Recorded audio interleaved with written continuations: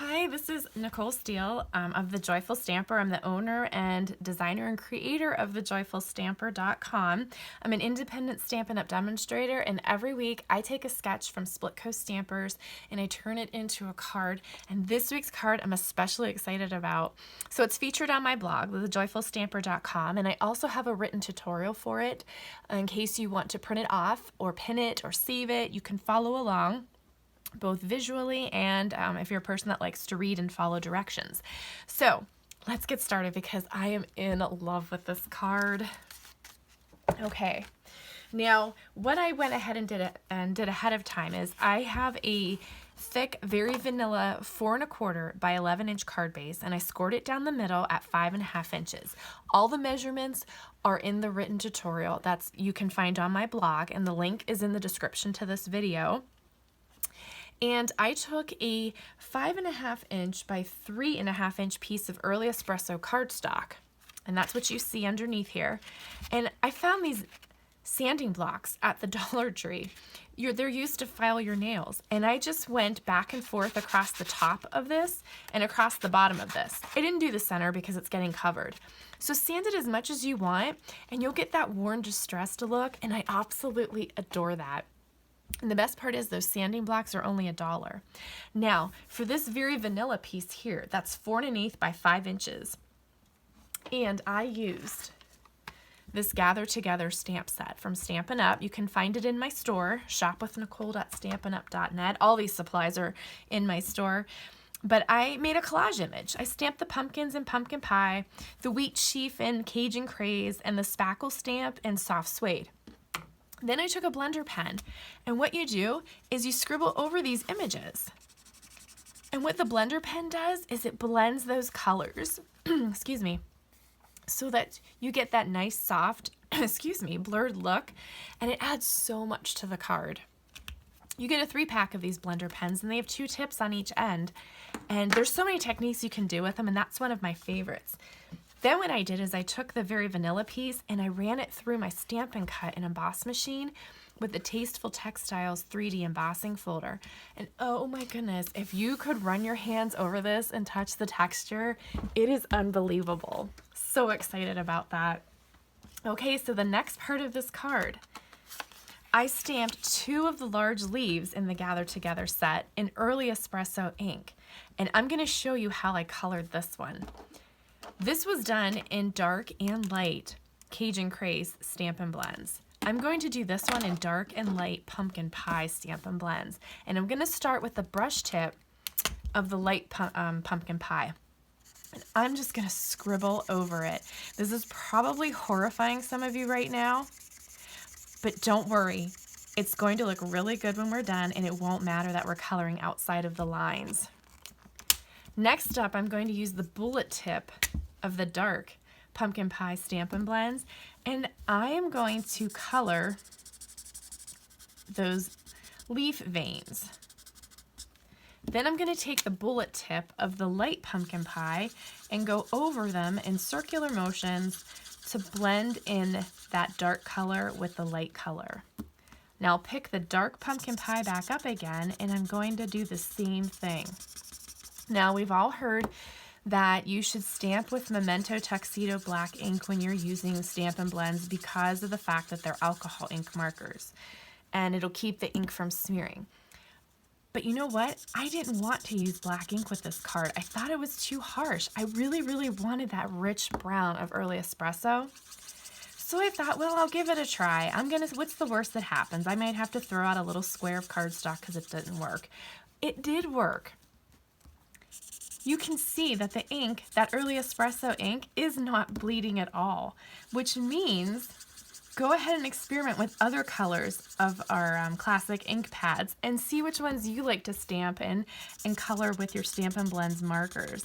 This has me so excited because now I realize I'm not limited to stamping in black anymore when I want to color with my Stampin' Blends.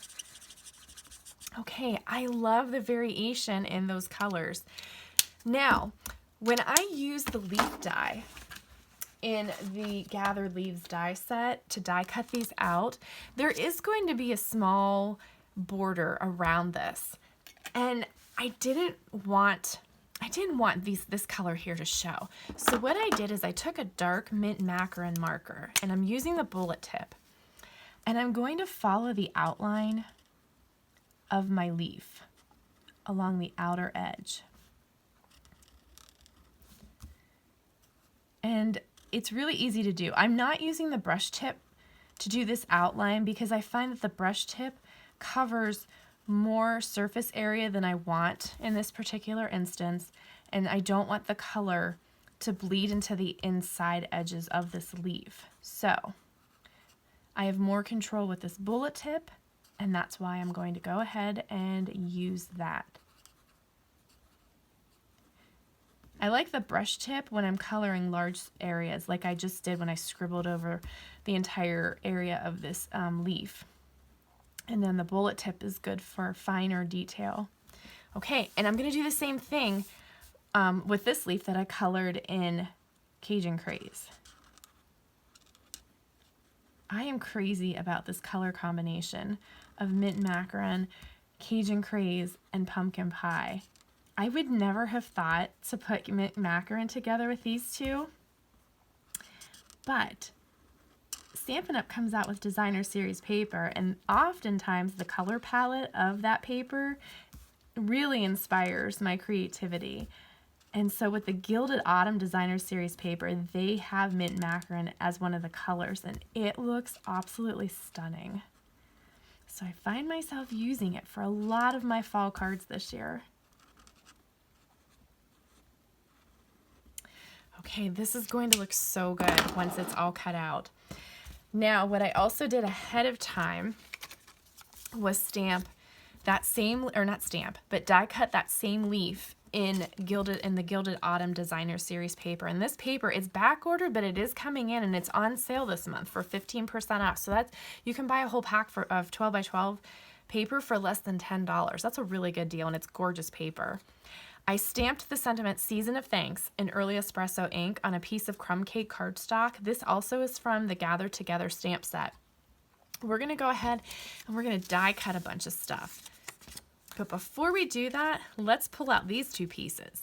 These were die cut from the labels in the, the Halloween Magic die set. I love the size of this label, so I took some Gilded Autumn Designers series paper and cut it out with that label. And then I took a piece of the, copper brushed metallic cardstock. It's in a Stampin' Up's Holiday in our mini catalog. And I die cut the same size label with it. Now I'm gonna cut this in half. I know, horrifying, but you'll see what we're going to do. Okay, set aside these pieces, and I'm going to bring in my Stampin' Cut and Emboss machine because we have some embossing and die cutting to do. First up, I'm going to use the same Tasteful Textiles embossing folder to emboss this sentiment right here.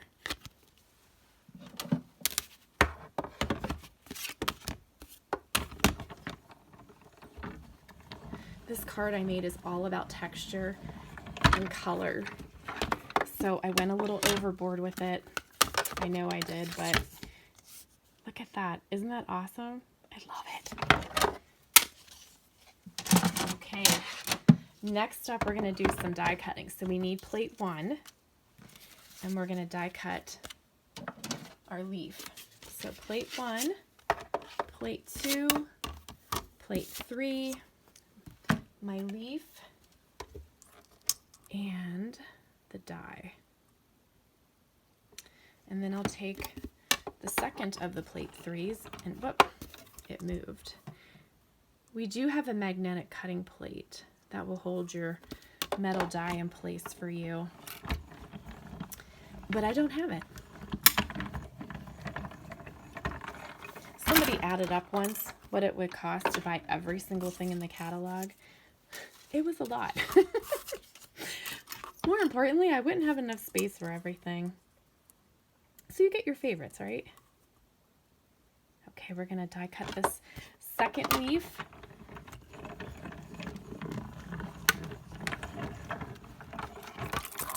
And then I'm gonna show you, oh little trick I did with this brushed metallic label. So I cut it in half, right?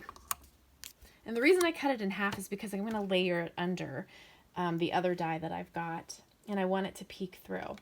Then what I'm going to do is take the smallest leaf from the Gathered Leaves die set, and I'm going to place it all the way over here, and I'm going to die cut that leaf out.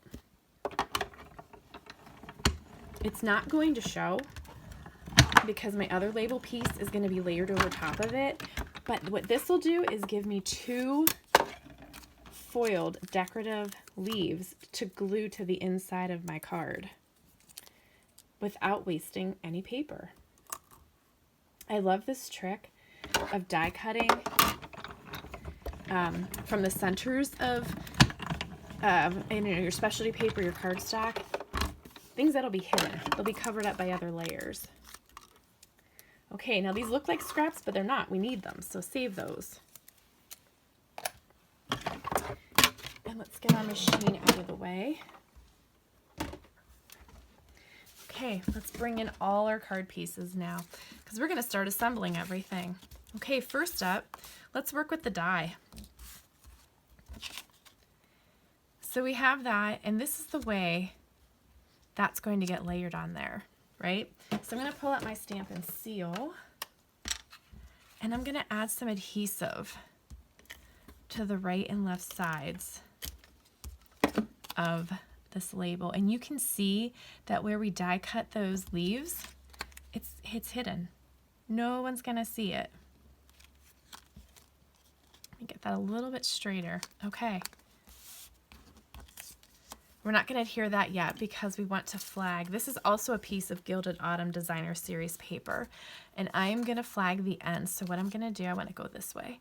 I'm going to snip in the middle of that, then go from the corner to the top of that snip, flip it over, and go from the corner to the top of that snip. And that's an easy way to create a little pennant. Apply some liquid glue. You can use the Stampin' Seal if you wanted to. That's going to get glued about right there. And this is going to get glued on the top of that, about right there. Okay. Next up, let's add some Stampin' Dimensionals to that. And I'm going to put about 3 on each of these leaves.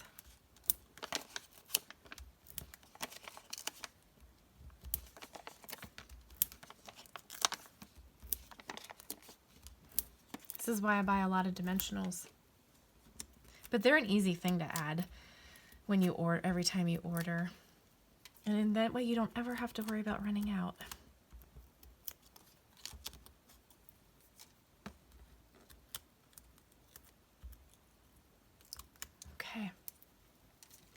We're going to add our leaves to this now. I'm going to have the mint macaron one go right there. I think this can go there.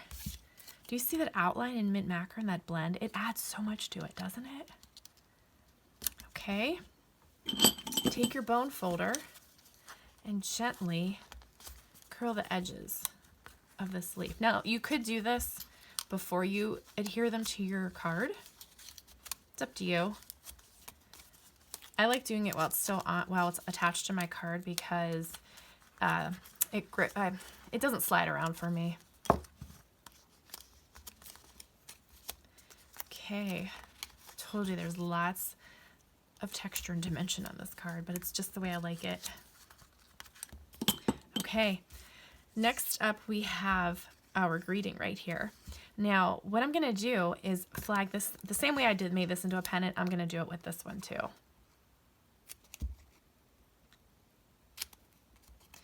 The other thing you can do is, if you have a square punch, you could slide this into your square punch at an angle and create this way. But, you know, everybody's got a pair of paper snips or some kind of scissors lying around, so it's just as easy to do that. Okay, then what I'm going to do is fold these ends back in. So I'm going to fold that one back, and I'm going to fold that one back. Okay, just like that. Next up, I'm gonna fold this forward like this. And I'm not real worried about getting it straight. It can flare up a little bit on the ends. I'm okay with that. Okay, and let's put some dimensionals just in the middle of this. And we'll put a little bit of liquid glue on the ends there. And I'm gonna attach that just right there, like that. Oh, it would help if I took the backing off of that, wouldn't it? Come on, Nicole. Okay, and I'm gonna take the bone folder again and curl those ends up a little bit. That isn't stuck all the way down yet. The glue didn't fully dry. Okay, I love doing that little trick. Okay, next up, these little leaves right here. There's still more we have to add to the front here, but we'll get to that in a second. These are gonna get glued to the inside of our card. And you could easily skip this step. You don't have to die cut that label, but I thought, why not? And then I'm going to take my my Cajun Craze. I keep wanting to call it Real Rust, which was the old name years and years and years ago of a color that was similar to this from Stampin' Up. And I'm gonna take the sentiment for the inside of the card. May this season bring you smiles and love that will last all year. So lovely. Okay, now we have some braided linen trim, and I cut a piece about 6.5 inches long, and I'm gonna pull it apart.